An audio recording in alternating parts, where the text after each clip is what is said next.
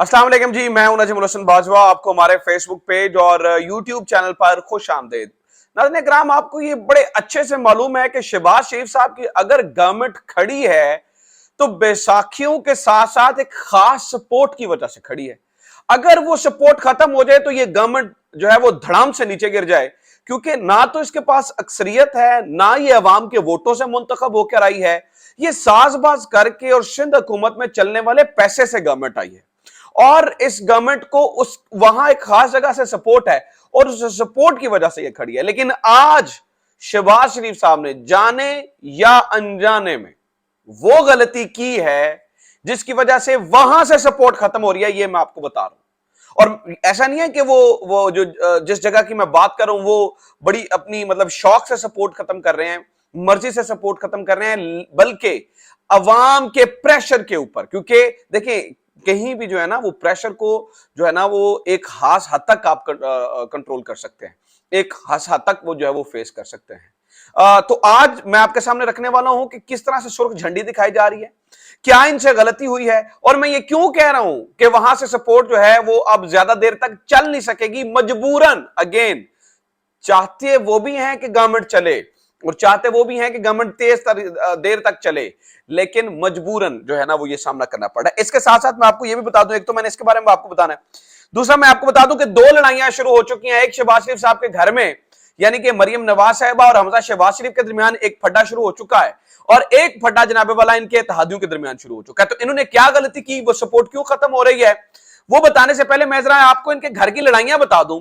कि लड़ाइयां कहां तक पहुंच चुकी है। देखिए, ये गवर्नमेंट वैसे भी नेचुरली सस्टेन कर ही नहीं सकती है। उसकी वजह यह है कि इनको मैंने बताया ना, एक तो वो अवामी सपोर्ट नहीं है, दूसरा इनके अपने अंदर इतने इख्तलाफात मौजूद हैं, इतनी लड़ाइयां मौजूद हैं कि ये कहां तक जो है वो सस्टेन कर सकती है। मैं आपको मिसाल दे देता हूं।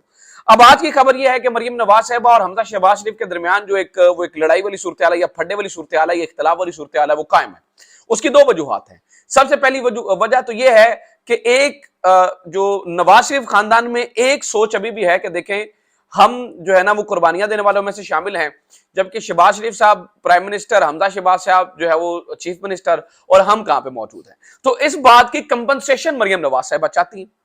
मरियम नवाज साहिबा सादा सादा ये चाहती हैं कि देखें, अगर मैं और मेरा बाप दोनों सिस्टम से आउट है, यानी कि वो लंदन में बैठे हैं और मैं, मेरे पास भी कोई अवामी ओहदा नहीं है, मैं तो एक खास मतलब हैसियत से तो नहीं मतलब गवर्नमेंट को रिप्रेजेंट कर रही, तो हमारे नजदीक जो मेरे वफादार लोग हैं, जो इनकी कनीजें हैं, ये जो इनके वो गोंदल साहब ने बहुत अच्छा लफ्ज इस्तेमाल किया, जो इनके खादिम है, उनको कंपनसेट किया जाए, इनको इनको रखा जाए, ठीक है, उनको खास तौर पर पंजाब में वजारत दी जाए। हमजा शहबाज शरीफ साहब को इन्होंने कुछ नाम दिए मरियम नवाज साहिबा ने और कहा कि इन लोगों को आपने कंपनसेट करना है। लेकिन जो हमजा शहबाज हैं वो किसी भी तौर पर, किसी भी तरीके से ये कंपनसेशन करने के मूड में नजर नहीं आते हैं।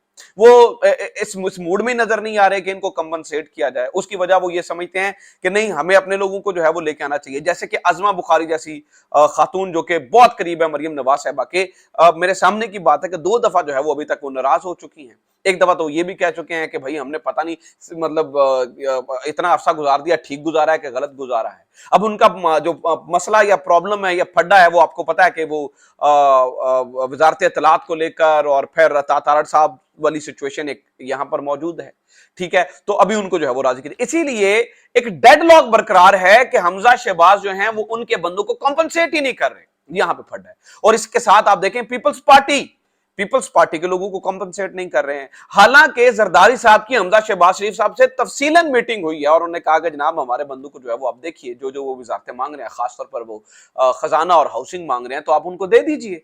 लेकिन ये इस मूड में नाजरीन कराम नजर नहीं आ रहे। एक लड़ाई यहां पर शुरू हुई है, दूसरी लड़ाई मौलाना साहब और जरदारी साहब के दरमियान है और वो लड़ाई एक पहले दिन से इख्तलाफ कायम हो गया हुआ है कि जनाब सदर पाकिस्तान कौन, और ये क्योंकि अब तो अगर डिसाइड हो गया कि देखें अगले साल अक्टूबर तक गवर्नमेंट ने चलना है, तो सदर पाकिस्तान को फिर जो है ना वो अब एक प्रॉपर एक बंदे को जो है वो तैनात करें जो कि सदर पाकिस्तान की हैसियत से काम करे। पीटीआई का सदर बैठा है, पीटीआई का बंदा है, उनको जो है ना वो अब यहां पर भी एक फड्डा है। देखें, एक तो जो है वो पीटीआई के लोग तोड़ना पड़ेंगे, उसके लिए मेहनत करनी पड़ेगी। अब उस मेहनत को उसको तोड़ना जो है वो जरदारी साहब जानते हैं, जरदारी साहब तोड़ भी सकते हैं, जरदारी साहब तोड़ भी लेंगे, लेकिन तोड़ के वो क्या झोली में डाल दें इस सदारत को मौलाना साहब की नहीं। फिर एमक्यूएम और पीपल्स पार्टी के दरमियान भी लड़ाई है। तो एक नेचुरली मतलब सिंध के अंदर एक ऐसा माहौल है कि जहां पर ये सस्टेन नहीं कर सकती, ये गवर्नमेंट चल ही नहीं सकती है। सिर्फ एक वजह है कि एक सपोर्ट है, जहां पे उस सपोर्ट की वजह से ये अब तक खड़े हैं। अब वो सपोर्ट मजबूरन किस तरह से खत्म हो रही है वो मैं आपको बता देता हूं, वो किस तरह से खत्म हो रही है। आज जनाबे वाला वो गलती की गई, इन्होंने अवाम को फॉर ग्रांटेड लेकर अवाम के ऊपर जो बजट का बोझ डाला है, ये बहुत बड़ी जो है ना वो इन्होंने एक गलती की है कि अवाम को सोचा कि ये इनको तो पता ही कुछ नहीं है। मिसाल के तौर पे अब देखें कि मैं आपको यही मिसाल दे दूं, अब छोड़ दें फलां के लिए कितना बजट रखा, फलां के लिए कितना रखा, फलां में कितने पैसे दिए, फलां में कितने पैसे दिए, आप अल्फाज के गोरख धंधे से जरा बाहर निकलकर सोचें तो इनका जो हदफ है वो अगले साल के लिए 5% ग्रोथ रेट है, इनका हदफ है 5% ग्रोथ रेट, जबकि इस साल जो ग्रोथ रेट है इस साल का, यानी कि जो इमरान खान साहब के आखिरी साल में जो ग्रोथ रेट रहा है, आपकी जीडीपी रही है वो 6% रही है। और ये दुनिया के कानून में पहली बार ऐसा हो रहा है कि आप एक गवर्नमेंट को नाअहली पर निकालते हैं और नाअहली की ये मतलब हम देख रहे हैं कि नाअहली की जो ग्रोथ रेट है वो 6% है, जबकि आप नाअहल लोगों को अहल तरीन तजर्बाकार तरीन लोग आते हैं तो वो 5% पर ले जाते हैं। अब आप ये कहेंगे तो इसका क्या ताल्लुक है, वो क्यों सपोर्ट खत्म करेंगे? जनाब, अवामी प्रेशर, पेट्रोल महंगा, बिजली महंगी, और उसकी मिसाल भी दे देता हूं। हमारे दोस्त असदुल्ला ने इसके ऊपर तफसीलन बात की है और सदीक जान ने भी इसके ऊपर जो है वो बड़ा जबरदस्त कमेंट दिया है, और मेरा जाती ख्याल भी ये है। देखें, अगर आप पिछले कुछ दिनों से देखें, 4 वजाहतें अभी तक ISPR से आ चुकी हैं, 4 वजाहतें। कभी वो शाहीन सबाई वाला मामला या और मामला, मैं इस तफसील में नहीं जाना चाह रहा, मेरा ये मौजू नहीं है, मैं इसको डिस्कस नहीं करूंगा।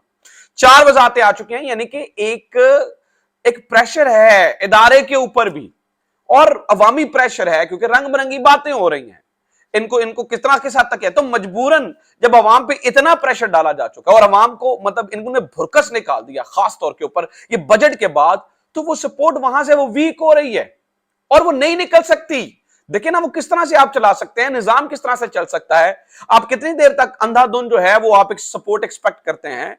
ऑब्वियसली उनके मतलब डेफिनेटली वो सोचेंगे कि भाई हम किन के लिए कर रहे हैं, जिन लोगों को एहसास ही नहीं है। इसके अलावा मेरे पास जो बजट के फिगर्स हैं, आप ये देखिए, जो इन्होंने फोन पे टैक्सेस, मतलब यहां पर मैं हैरान रहता हूं कि मरियम नवाज साहिबा गरीदा फारूकी के कुत्ते बिल्लों के लिए जो उन्होंने कहा इंपोर्टेड फूड हमारी नहीं आ रही जी, मेरे जानवर, मेरे पेट्स के लिए, कुत्ता रखा होगा या बिल्ली रखी होगी उन्होंने घर में, उनके लिए इंपोर्टेड फूड नहीं आ रही, इसके ऊपर मरियम नवाज साहिबा नोटिस लेती हैं और नोटिस लेकर मिफ्ता इस्माइल साहब को टैग करके कहती हैं कि देखें इस मामले को, और उन कुत्तों की और उन बिल्लियों की इंपोर्टेड फूड पे जो है वो पाबंदी हट जाती है विद इन आवर्स।